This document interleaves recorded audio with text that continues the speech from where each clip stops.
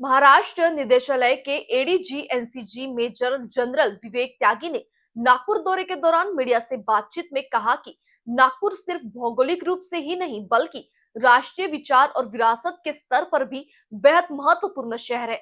उन्होंने दीक्षा भूमि और शहर की सामाजिक समानता की परंपरा का उल्लेख करते हुए कहा कि यहाँ की भावना युवाओं को राष्ट्र निर्माण के लिए प्रेरित करती है। उन्होंने बताया कि एनसीसी आज युवाओं के बीच तेजी से मजबूत हो रही है और महाराष्ट्र में एनसीसी कैंडिडेट्स की संख्या 1.5 लाख तक पहुंच रही है।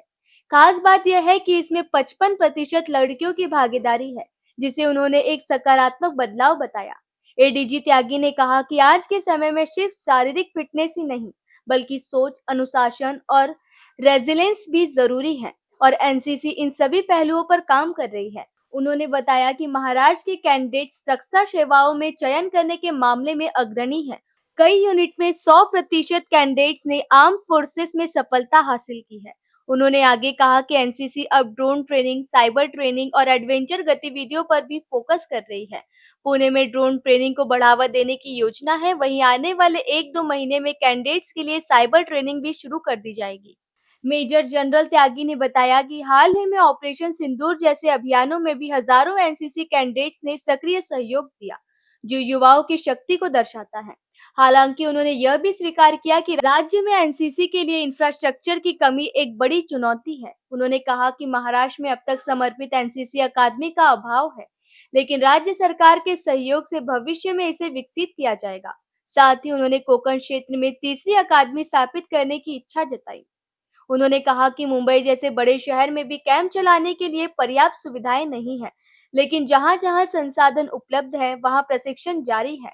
वर्तमान में 117 कैंडिडेट्स को ड्रोन ट्रेनिंग दी जा रही है, जो सेना, नौसेना और वायुसेना तीनों के लिए उपयोगी है। एडीजी त्यागी ने बताया कि एनसीसी का सबसे बड़ा परिवर्तन अब दूर दराज के इलाकों जैसे सिंधुदुर्ग, रत्नागिरी से लेकर गढ़चिरौली तक पहुंचाना है। नागपुर दौरे का उनका मुख्य उद्देश्य युवाओं में राष्ट्र प्रेम, आत्मविश्वास और समाज के प्रति समर्पण की भावना को मजबूत करना है। तो Nagpur as additional DG Maharashtra NCC directorate, आज मैं नागपुर इसलिए आया हूँ मुंबई से कि यहाँ की जितनी भी विदर्भ रीजन की जो एनसीसी ट्रेनिंग है उसको रिव्यू कर सकूँ, कनेक्ट कर सकूँ कि हमारे जो पॉइंट्स ऑफ प्रेजेंस हैं उनकी रीच और उनकी इफ़ेक्टिवनेस को कैसे बढ़ाया जा सके, और देख सकूं जो हमें बहुत सारी चैलेंजेस आ रही हैं अभी हमारे ऑनगोइंग एक्सपेंशन में, इंक्लूडिंग जो हमारे को ट्रेनिंग इंफ्रास्ट्रक्चर की प्रॉब्लम्स हैं इस एरिया में, उनको आइडेंटिफाई करके कैसे उनको करेक्ट अथॉरिटीज़ के पास ले जा सकूं, वापस जा कर के शायद ऑनरेबल चीफ मिनिस्टर के पास और honourable deputy chief minister, sports minister, जिनसे मैं ऑलरेडी मुलाकात कर चुका हूँ, उनको स्पेसिफिक्स में किस प्रकार अवगत करा सकूँ कि जो एनसीसी युवा सशक्तिकरण के लिए और नारी शक्ति जो कि कोर पिलर्स हैं विकसित भारत विजन के, जो हमारे ऑनरेबल प्राइम मिनिस्टर ने लेआउट किए हैं, उनको आगे बढ़ाने में कैसे और ज़्यादा इफ़ेक्टिव हो सके। तो आपको पता है कि अभी NCC expansion is on which was approved by the honourable prime minister and the honourable रक्षा मंत्री, और जिसमें हर स्टेट्स ने भी अपना अप्रूवल दिया है और महाराष्ट्र स्टेट ने भी दिया है, जिसमें कि अभी हम 20 लाख की फिगर देख रहे हैं और फिर उसके बाद एनसीसी में भी 30 लाख तक पहुंचेगी, और महाराष्ट्र में हम अभी already in near future we should be touching 1.5 lakhs. Now इसके जो मेन पहलू हैं वो ये हैं कि इस रीच को बढ़ाकर हम ज़्यादा कॉलेजेस और स्कूल्स में पहुंच सकें, क्योंकि बहुत डिमांड है एनसीसी की। जैसे अभी इस वक्त में जो रिकग्निशन है एनसीसी जो ट्रांसफॉर्मेशनल चेंज युवा में ला रही है और किस प्रकार युवा को सशक्त कर रही है, इंक्लूडिंग द गर्ल कैडेट्स, कि आने वाले समय में ना केवल वे एक अच्छे रिस्पॉन्सिबल सिटीज़न और अच्छे डेडिकेटेड कमिटेड पैशनेट नेशनल के तौर पर उभरें, बट ऑल्सो अपने लिए और राष्ट्र के लिए हित सिक्योर कर सकें, अपॉर्चुनिटी सिक्योर कर सकें। So the transformational change which NCC is making to the lives of these future leaders in terms of our youth is being increasingly recognized, and therefore we find so many colleges and schools who are stepping forward and who really want to enlist for NCC. And with X number of resources and staff, after all there is only a certain amount which we can reach, and therefore we have already accepted and we are going ahead with a fair bit of expansion and we are reaching the remote areas now. So जैसे कोंकण ले लें तो हमने units relocate किए हैं, कुछ units को expand कर रहे हैं. जैसे महाराष्ट्र डायरेक्टरेट में इस वक्त 10 यूनिट जो माइनर यूनिट्स होती थी, तो जैसे ब्रॉड तौर पर अगर मैं कहना चाहूँगा कि सपोज़ 300 कैडेट थे, अब हम उस यूनिट को बढ़ाकर हम उनको इतना बड़ा कर रहे हैं कि कम से कम हर यूनिट 3250 कैडेट्स को ट्रेन कर सके. सो हमारा एम है कि हम हर रिमोट कॉर्नर में पहुंच सकें, चाहे वो सिंधुदुर्ग हो, रत्नागिरी हो, चाहे ऊपर धुले जलगांव हो, चाहे नीचे आपका लटूर हो, चाहे हम ईस्ट में चले जाएं आपका गढ़चिरौली हो.